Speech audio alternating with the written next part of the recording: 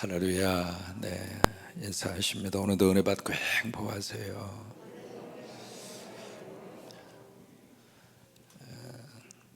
아수르의 사네림이라고 하는 왕이 대표단을 파송을 하죠.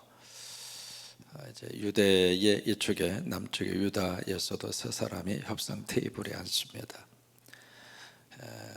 개인도 그러고요, 국가도 그러고요, 항상 논리는 강자의 논리로 흘러갑니다. 역사를 쓸 때도 그러잖아요. 역사는 패배하고 사라진 자의 역사 중심으로 쓰지 않습니다. 살아남은 자 그리고 강한 자 중심으로 역사가 써내려갑니다. 그래서 이 세상의 모든 삶의 이치가 그런 것 같아요. 뭐든지 100% 정확하다, 100%가 사실이다, 그렇게 말할 수 있는 것이 과연 얼마나 될까? 오늘 이 역사의 한 장면을 가만히 이렇게 들여다보면서 참 굴욕적인 협상 테이블. 그래서 이제 그 앞에 랍스타기라고 하는 사람, 뭐 랍스터하고 비슷하긴 하지만 이 사람이 이제 참 말을 그렇게 많이 합니다. 대표격이죠. 그러니까 비서실장쯤 되는 사람인데 영어로는 커맨드라고 하는 말을 쓰거든요. 현장 주휘관으로 임명을 받은 거죠. 이 사람이 이제 앞에 딱 놓고 세 사람의 유다의 대표단을 딱 앞에 놓고 할 말 못할 말 다 쏟아놓습니다.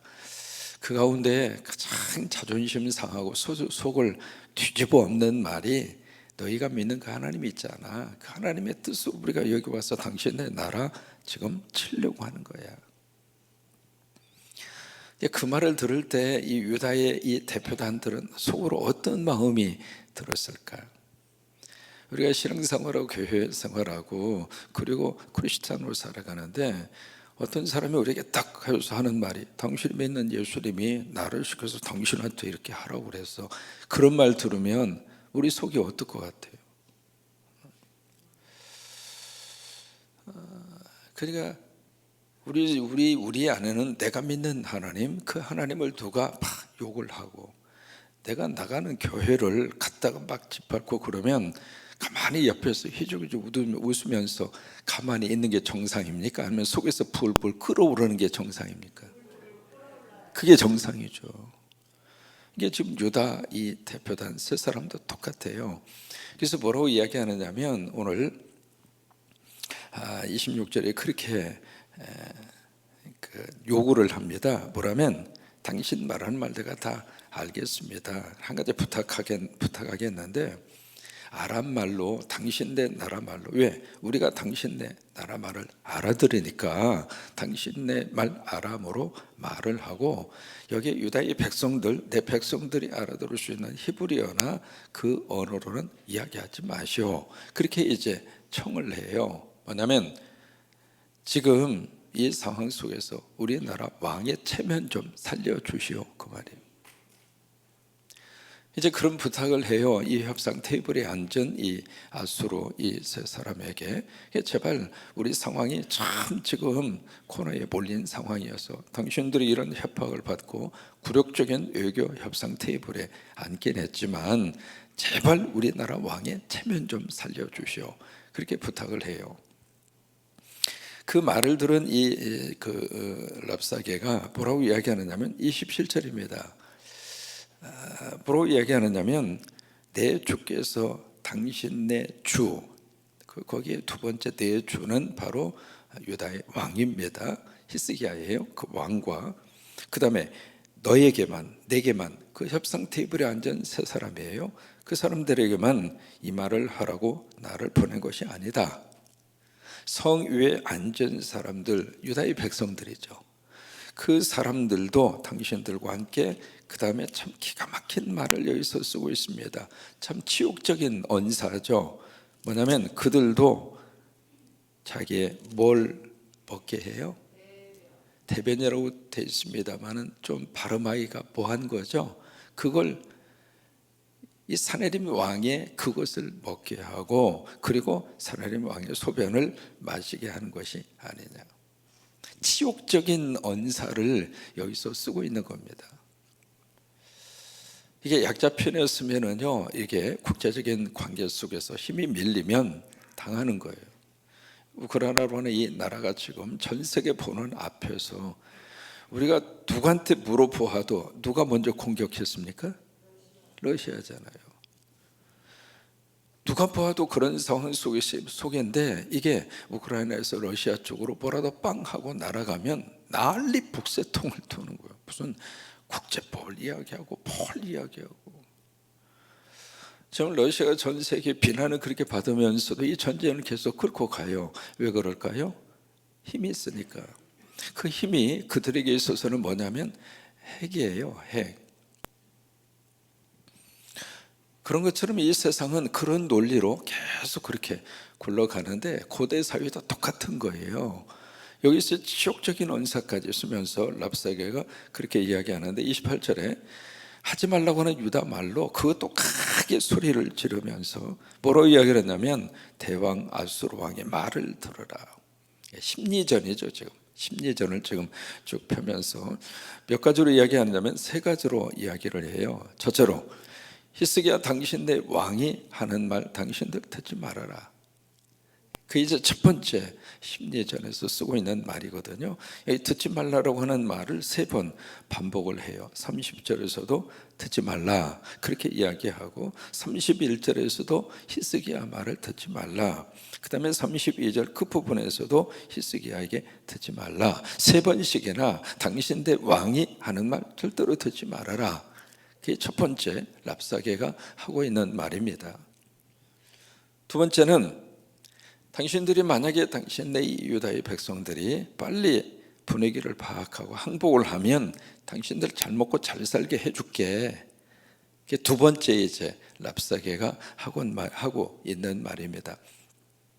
여기에 32절에 길게 이야기합니다. 만약에 항복하면 좋은 지방으로 옮겨서 그 다음에 곡식 포도주가 넘쳐나는 떡과 포도원이 있고 감람과 꿀이 있고 참 너희가 거기서 너무너무 행복하게 잘 살 거야 라고 하는 이 심리전을 랍사게가 하고 있습니다. 이 말을 이렇게 딱 유다 백성들이 들었을 때 보세요. 어떤 사람이 가장 지금 말귀를 제대로 알아듣는 사람일까? 만약에 그렇게 딱 랍사게가 그 말을 하는 말을 딱 들으면서 야 우리 살았다 그렇게 생각하는 게 제대로 말귀를 알아들은 사람인가? 아니면 그 말을 딱 들으면서 야 우리 다른 곳으로 포로로 끌려가겠구나 그렇게 생각하는 게 말귀를 알아듣는 사람일까? 1번일까요? 2번일까요? 2번입니다. 이 지방이라는 말을 자꾸 지금 쓰고 있잖아요. 그 지방은 바로 이곳을 말하는 것이 아니라 그 지방 그 어딘가로 당신들을 포로로 끌고 가겠다 그 말이에요. 같은 말이지만은 말귀를 잘 알아들어야 돼요. 우리 중고등부 친구들이 우리 선생님들의 말귀를 잘 알아들어서 우리 친구들이 잘 되기를 축복합니다. 그러니까 말귀를 못 알아들으면 참 사람이 고생해요. 이게 랍사게가 하는 말의 그 본뜻을 유다의 백성들이 뭔가 이렇게 머리가 있는 사람이라면 생각 있는 사람이라면 아 우리 이거 모두 굴비 엮듯이 엮여서 막 끌려가겠구나 그렇게 생각하고 그렇게 판단해야 제대로 말귀를 알아듣는 사람이에요. 세 번째로 랍사게가 하는 말이 있습니다. 뭐냐면 아수르 왕보다 이 땅에 가장 강한 신이 있겠는가? 그 어떤 신이라 할지라도 하나님이라 할지라도 아수르 왕이 이제는 전 세계를 잡고 있다. 전 세계의 모든 것의 패권의 모든 권한은 아수르 왕 사네립에게 있다. 그 얘기예요.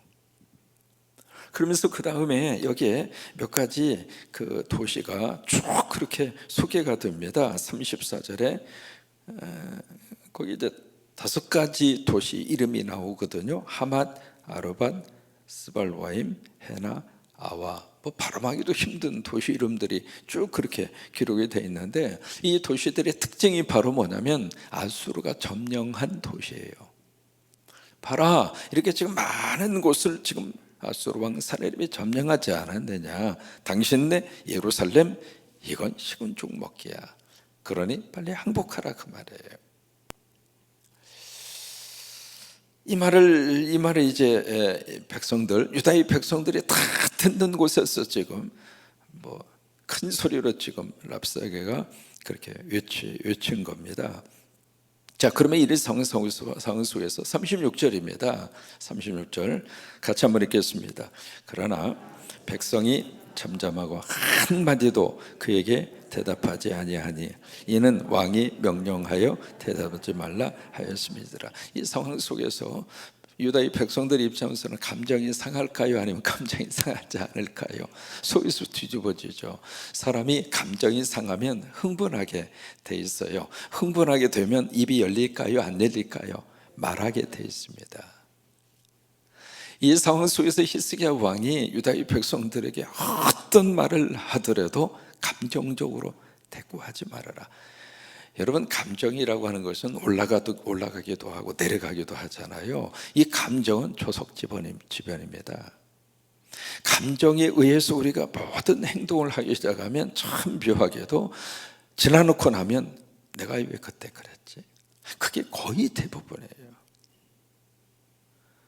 특히 가정 안에서 감정적으로 부부의 관계 속에서 대하기 시작하면 부부의 관계가 사실 지속적으로 유지한다는 것이 참 어려워요. 이 좋았을 때는 괜찮거든요. 좋았을 때는 무슨 말을 하더라도 그게 상처도 되지도 않고, 근데 이 감정이 좀 다운되어져 있거나 감정이 막 이렇게 끌어오르는 상태 속에서 그때에 막 여기서 말이 나가기 시작하는데 그 말은 머리에서 나오는 말이 아니라 그냥 쏟아지는 말이에요. 앞뒤 가리지 않고 그 감정의 그 언어 속에 감정이 실어지면 그렇게 되어져 있습니다. 그럼 그때 우리 말에서 좋은 말이 나갈까요? 아니죠. 근데 한 번 하고 나면 내 입에서 나간 말은 없어지는 것이 아니라 사라지는 것이 아니라 누가 듣는가?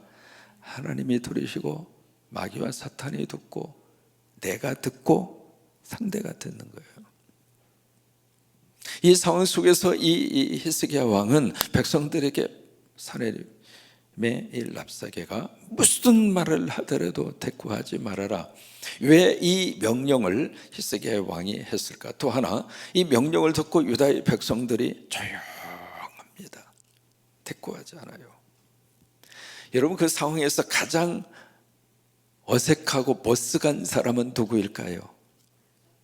랍사게입니다. 반응이 있어야지. 여러분, 그렇잖아요. 이게 싸울 때에도 양쪽이 같이 좀 해야 싸움이 되지, 한쪽은 막 그러는데 한쪽은 이러고 있으면 맥 풀리죠. 그러니까 지금 그 상황이에요. 한쪽은 막 흥분이 돼서 막 유다의 백성들에게 퍼붓고 있는데 유다의 백성들은 눈만 깜빡깜빡거리면서 부유 그러고 있단 말이죠. 그러니까 누가 속이 터질까? 유다의 백성이 아니라 랍사게죠.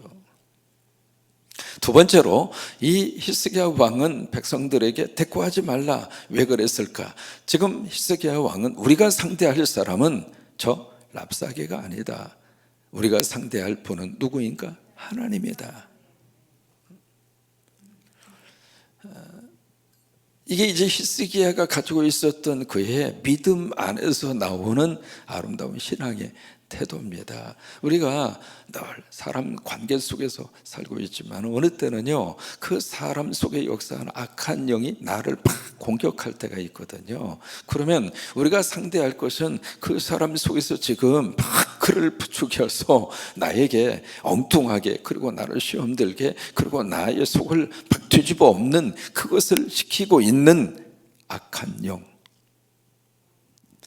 그 악한 영이 우리의 상대지 그 사람 자체가 아닙니다. 원래 그 사람이 나쁜 사람이 아니잖아요. 그 사람이 나한테 그렇게 할 사람이 아니잖아요. 그 사람 속에 지금 들어있는 마귀와 사탄과 악한 영이 그 속에 들어가서 나를 그렇게 하는 거란 말이죠. 그러면 우리가 대적할 상대는 혈과 육이 아니에요. 그 사람 속에 역사하고 있는 공중의 권세를 잡고 있는 악한 영이라고 말해요. 그러니까 이스라엘 백성들에게 우리가 붙잡고 우리가 지금 대꾸해야 할 그분은 하나님이다. 랍싸게 하고 별말을 해봤자 입만 아프고 소용이 없다. 그러니 조용하라. 대꾸하지 말아라. 오늘 이 히스기야의 이 지혜로운 어떤 인간 사유 속에서의 그런 멋진 처세술이 오늘 우리에게도 있어질 수 있게 되기를 바랍니다. 명절에 오래간만에 형제가 만나고 친척이 만나면 좋은 일도 많죠. 그런데 오래간만에 이렇게 만나서 뒤집어지는 가정도 솔찬히 있습니다. 이게 오래간만에 서로 만났으면 서로 참 좋은 이야기 많이 하고 서로 격려하고 위로하고 좀 이렇게 해줬으면 얼마나 좋겠어요. 근데 그런 쪽으로 우리의 머리가 돌아가는 것이 아니라 이게 딱 만나면 참 묘해요. 뭐 지적해 주고 싶고 뭐 궁금해서 물어보는 말도 없지 않아 있겠습니다만은 상대를 배려하는 그런 생각을 조금이라도 좀 하면서 그러면서 여러분 나이 아무리 어린 손주라 할지라도 인격체입니다. 내가 함부로 가지고 놀 수 있는 대상이 아니거든요. 이제 그런 차원에서 우리들이 언어를 조금만 한 번 더 생각하고 말을 한다면 그 좋은 명절에 웃으면서 왔다가 서로 인상 쓰고 헤어지고 그럴 필요는 없잖아요. 여러분 이번 명절에 같이 따라서 하십니다.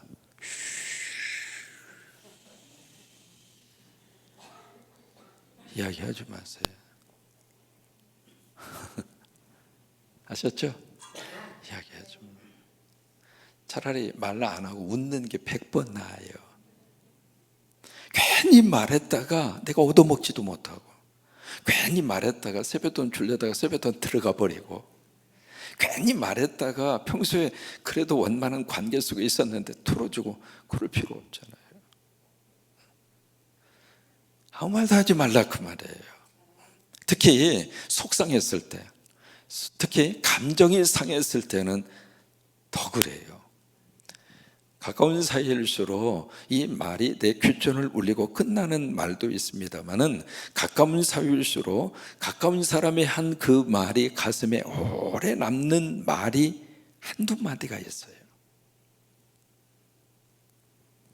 히스기야는 이스라엘 백성들에게 대꾸하지 말아라. 37절입니다. 이에 hil기야의 아들로서 왕궁 내의 책임자 엘리야김과 서기관 셈나 아삽의 아들 사관 요아가 협상 테이블에 앉았던 세 사람이죠. 이 세 사람이 옷을 찢어요. 그리고 히스기야에게 나아가서 랍사에게 말을 전하니라. 이스라엘 백성들이 이제 애굽에서 이렇게 나오잖아요. 나와서 아니 말이 그렇지 430년 동안 노예로 있다가 어느 날 갑자기 해방이 된 거예요. 우리가 1945년 8월 15일 갑자기 해방이 돼서 라디오를 통해서 그때 라디오 소리도 잘 들리지도 않는 라디오를 통해서 그냥 일본 천황이 항복했다고 그 뉴스를 듣는 순간에 그냥 길거리에 나와서 막 대한독립 만세. 그러니까 일본 순사들이 이게 도대체 뭐냐고 자기들도 헷갈리고 조선 사람도 헷갈리고 막 그랬잖아요. 그러니까 애굽에서 430년 동안 노예로 있다가 이렇게 나와서 참 기적이죠. 흥분이죠. 그것도 하나님의 놀라운 역사와 기적으로 어느 날 갑자기 자유와 해방을 맞이한 거죠. 그래서 이제 그 기대와 그 설렘과 흥분으로 그렇게 애굽에서 딱 나와서 신나게 하나님이 약속한 땅, 꿈에도 그리던 그 땅으로 신나게 행진해서 가는데 앞에 딱 하고 가로막고 있는 방해물을 만나게 되죠. 그곳이 어디일까요? 홍해예요. 홍해라고 하는 이 넘실대는 바닷가에 딱 섰는데 뒤에서는 지금 바로가 군대를 이끌고 팍 추격해 쏘고 앞에는 넘실대는 바다가 넘실대고 있고 완전히 도간에 갇힌 주죠. 그 상황 속에서 바로 이스라엘 백성들이 얼마나 혼란스러웠을까, 얼마나 지금 머리가 복잡했을까, 그렇잖아요. 이제 그런 속에 있는데 모세를 통해서 하나님이 그들에게 하신 말씀이 출애굽기 14장 14절 말씀이에요. 뭐라고 말씀을 하시는가? 너희는 가만히 있어라. 너희는 가만히 있어라. 오늘날 하나님이 하시는 일을 너희가 보아라. 너희는 가만히 있어라. 어느 때는요, 침묵해야 할 때가 있어요. 말을 해야 할 때도 있습니다만은 어느 때는 아무 말도 안 하는 게 오히려 그 문제를 해결할 수 있는 비법이 될 수 있어요. 또 하나, 가만히 있으라. 그 말씀의 의미는 기다려라 그 말이에요.